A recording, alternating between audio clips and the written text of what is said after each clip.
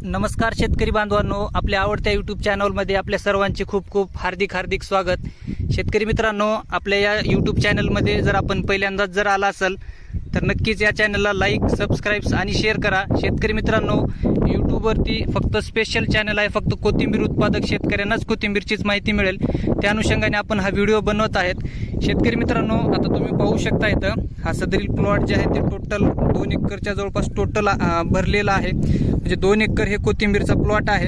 शेतकरी मित्रांनो, आज याला लागवड करून म्हणजे पेरणी करून कमीत कमी 32 दिवस कंप्लीट झालेला आहे। तर शेतकरी मित्रांनो, तुम्ही पाहू शकता इथं 32 दिवसाच्या हिशोबाने जर विचार केला तर कोथिंबीरमध्ये कशी काळुकी एक लेवल जमलेली आहे।